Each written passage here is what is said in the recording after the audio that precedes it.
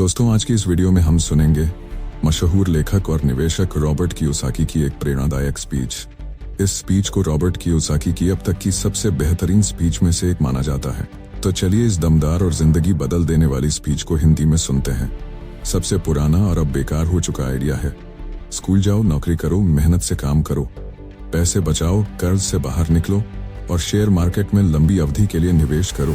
अब सोचिए, जब सरकार $1 ट्रिलियन छाप रही है तो आप पैसे क्यों बचाएंगे? आज 1% अमीर और बाकी 99% लोगों के बीच की खाई बहुत ज्यादा बढ़ चुकी है।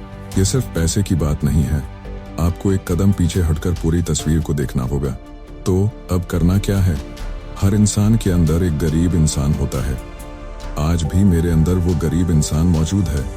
एक मिडिल क्लास इंसान भी होता है जो सुरक्षा चाहता है, एक स्थिर तनख्वाह और एक अमीर इंसान भी होता है।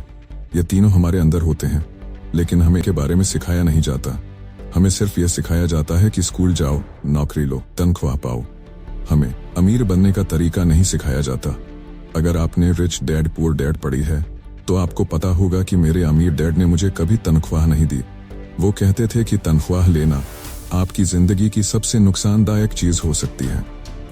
उन्होंने कहा, जिस दिन आप तनख्वाह लेते हैं उसी दिन से आप एक कर्मचारी बन जाते हैं और वही सोच बन जाती है। इसलिए मेरे अमीर डैड ने मुझे कभी भुगतान नहीं किया। यह बात मेरे गरीब डैड को, जो एक सरकारी कर्मचारी थे, पागल कर देती थी। वो कहते हैं लोगों को पैसा तो देना ही पड़ेगा, लेकिन अमीर डैड का कहना यह नहीं था कि तनख्वाह लेना बुरा है। वो बस ये कहते थे कि आपको पैसे का गुलाम नहीं बनना चाहिए। एक एंटरप्रेन्योर होने के नाते अगर मेरा बिजनेस फेल हो जाए तो मैं नया बिजनेस शुरू कर दूंगा। मुझे किसी और के सहारे की जरूरत नहीं है। अगर मेरी सरकार मुझे पसंद नहीं करती तो मैं किसी और देश चला जाऊंगा, क्योंकि दुनिया को एंटरप्रेन्योर्स की जरूरत है। एंटरप्रेन्योरशिप सिर्फ एक बिजनेस नहीं है, यह सोचने का तरीका है, स्किल सेट है और एक अलग तरह के नियमों का पालन करता है। मैं छोटे बिजनेस की तरह काम नहीं करता और बड़े बिजनेस के नियम अलग होते हैं। एंटरप्रेन्योरशिप सबसे पहले एक सोच है, फिर स्किल सेट और फिर नियम। अगर आप एक कर्मचारी हैं या एक छोटा बिजनेस चलाते हैं तो आपके नियम अलग होंगे, आपकी सोच अलग होगी, आपकी स्किल्स अलग होंगी। अगर कोई पहली बार एंटरप्रेन्योर बनने के बारे में सोच रहा हो तो मैं उसे वही बात कहूंगा जो मेरे साथ हुई थी। मुझे आज भी मेरी आखिरी तनख्वाह याद है। वो मेरी जिंदगी का सबसे बुरा और सबसे अच्छा दिन था। मैं प्यूटोरी में जेरोक्स कंपनी में काम कर रहा था और मेरे बॉस ने मुझे बोनस चेक दिया, करीब $30,000 का, लेकिन उस पर टैक्स था। मैं उस चेक को देखकर हैरान रह गया। मैं खुश था, लेकिन अंदर से बेचैन भी। तभी एक व्यक्ति जॉन मेरे पास आया और बोला, तू वापस आएगा। मैंने पूछा क्यों? उसने कहा, क्योंकि तू फेल होगा। मैंने कहा, तू फेल हुआ था और वापस आया, लेकिन मैं फेल होकर भी वापस नहीं आऊंगा। और यही सोच होनी चाहिए। अगर आप सोचते हैं कि अगर मैं फेल हो गया तो मम्मी पापा के पास चला जाऊंगा, तो आप वही करेंगे। जब मेरे पास पैसे नहीं थे तब मैं एंटरप्रेन्योर बना। कई सालों तक मेरे पास तनख्वाह नहीं थी, लेकिन मेरे अमीर डैड ने मुझे यही सिखाया था, जब आपके पास तनख्वाह नहीं होती तब आप भूखे रहते हैं, स्मार्ट बनते हैं, और यही आपके चरित्र की असली परीक्षा होती है। आप तब क्या बनते हैं, एक धोखेबाज या एक अच्छा इंसान? एंटरप्रेन्योर बनने का असली फायदा यह है कि आप खुद को पहचानते हैं।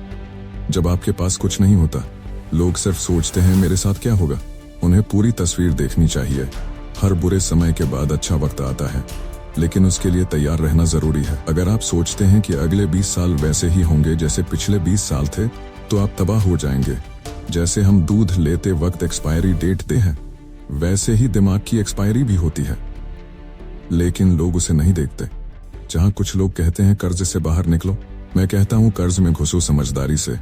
मैंने हाल ही में $300 मिलियन का कर्ज रिफाइनेंस किया, 5% से 2.5% पर, और मैं माला माल हो गया। हर महीने मेरी इनकम बढ़ गई क्योंकि पैसे की लागत कम हो गई। जब बाकी लोग कहते हैं कर्ज से बचो, मैं कहता हूं कर्ज का इस्तेमाल करना सीखो। जब मैं 1973 में वियतनाम से लौटा, मेरे अमीर डैड ने कहा, स्कूल जाओ ताकि रियल स्टेट में निवेश करना सीख सको। असल बात रियल स्टेट नहीं थी, असली बात थी कर्ज और टैक्स को समझना। कर्ज और टैक्स को समझना। कर्ज और टैक्स अमीरों को और अमीर बनाते हैं, वही गरीब और मिडिल क्लास को गरीब बनाए रखते हैं। डॉक्टर्स और लॉयर्स जैसे लोग भी टैक्स में तबाह हो रहे हैं, लेकिन उन्हें समझ नहीं आ रहा क्यों। मेरे एक डॉक्टर ने खुशी खुशी कहा, मैंने इस साल $1 मिलियन कमाया। मैंने पूछा टैक्स कितना दिया? उसने कहा 7,50,000। मतलब यानी कि असली में उसे $2,50,000 बचे। मैं अगर 1 मिलियन कमाता हूँ तो पूरा रख लेता हूँ, क्योंकि मैं पैसे के लिए काम नहीं करता। मैं बिजनेस बनाता हूँ, मैं रियल एस्टेट खरीदता हूँ। मुझे शेयर मार्केट में पैसा नहीं लगाना, क्योंकि मैं एंटरप्रेन्योर हूँ। मैं अपने पैसे की कमाई और टैक्स पर नियंत्रण रख सकता हूँ, इसलिए मैं टैक्स नहीं देता, जीरो टैक्स। अगर मैं $1 मिलियन कमाता हूँ तो उसे रियल एस्टेट में लगाता हूँ और बैंक से $4 मिलियन ले लेता हूँ। इसलिए मुझे बैंक पसंद है। बैंक दूसरों को लूटते हैं, लेकिन मेरे लिए यह फायदेमंद है। जब सरकार पैसा छापती है तो सेविंग करने वाले और सैलरी पाने वाले तबाह हो जाते हैं, लेकिन कर्ज लेने वाले अमीर हो जाते हैं। कर्ज और टैक्स अमीरों को और अमीर बनाते हैं, गरीबों को और गरीब। जब आपके पास पुराने आइडिया होते हैं तो नतीजे भी पुराने होते हैं। स्कूल जाना, नौकरी पाना, पैसे बचाना, कर्ज से बाहर निकलना, घर खरीदना, यह सब आइडियाज अब पुराने हो चुके हैं। दुनिया 1971 में बदल गई जब निक्सन ने डॉलर को गोल्ड स्टैंडर्ड से हटा दिया और पैसा सिर्फ कर्ज बन गया। तो क्या हमें स्कूल ही खत्म कर देना चाहिए? नहीं, मैं कह रहा हूँ शिक्षा पहले से भी ज्यादा जरूरी है, बस अब वो पुरानी हो गई है। मूर्स लॉ के अनुसार हर 18 महीने में जानकारी दोगुनी हो जाती है। इसका मतलब हर 18 महीने में सब कुछ पुराना हो जाता है। तो जब आप स्कूल से निकलते हैं आप पहले ही आउटडेटेड होते हैं।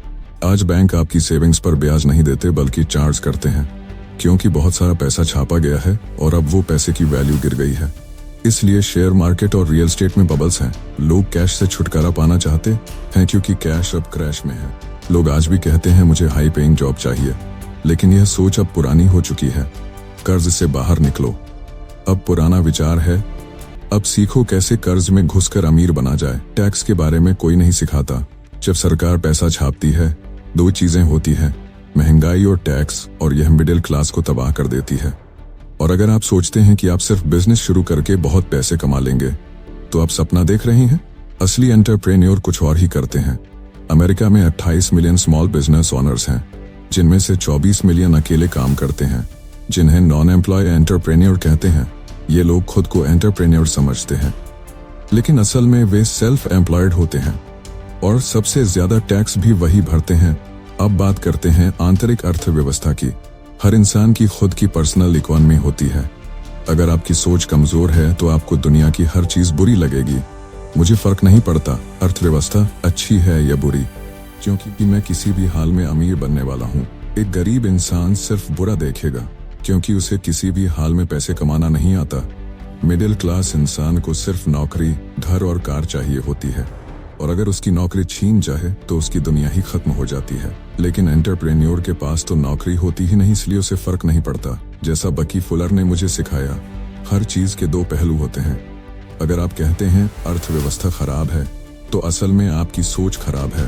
आपका खुद का इकोनॉमिक सिस्टम कैसा है, यह तय करता है कि आप दुनिया को कैसे देखते हैं।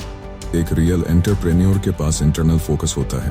वो कहता है अगर मैं गिरा तो और ऊपर उठूंगा। एक आम इंसान अगर गिरता है तो वो डिप्रेशन में चला जाता है। गलतियां मायने रखती है, क्योंकि वह दिखाती है कि आपको अभी कुछ सीखना है। लेकिन एक असली एंटरप्रेन्योर उठता है और फिर से आगे बढ़ता है। तो दोस्तों, उम्मीद है कि आपको यह स्पीच प्रेरणा से भर देने वाली लगी होगी। अगर आप इसी तरह की और मोटिवेशनल वीडियो सुनना चाहते हैं तो चैनल को जरूर सब्सक्राइब करें, वीडियो को लाइक करें और अपने दोस्तों के साथ शेयर करना ना भूलें। आपका एक एक सपोर्ट हमें और भी बेहतरीन कंटेंट लाने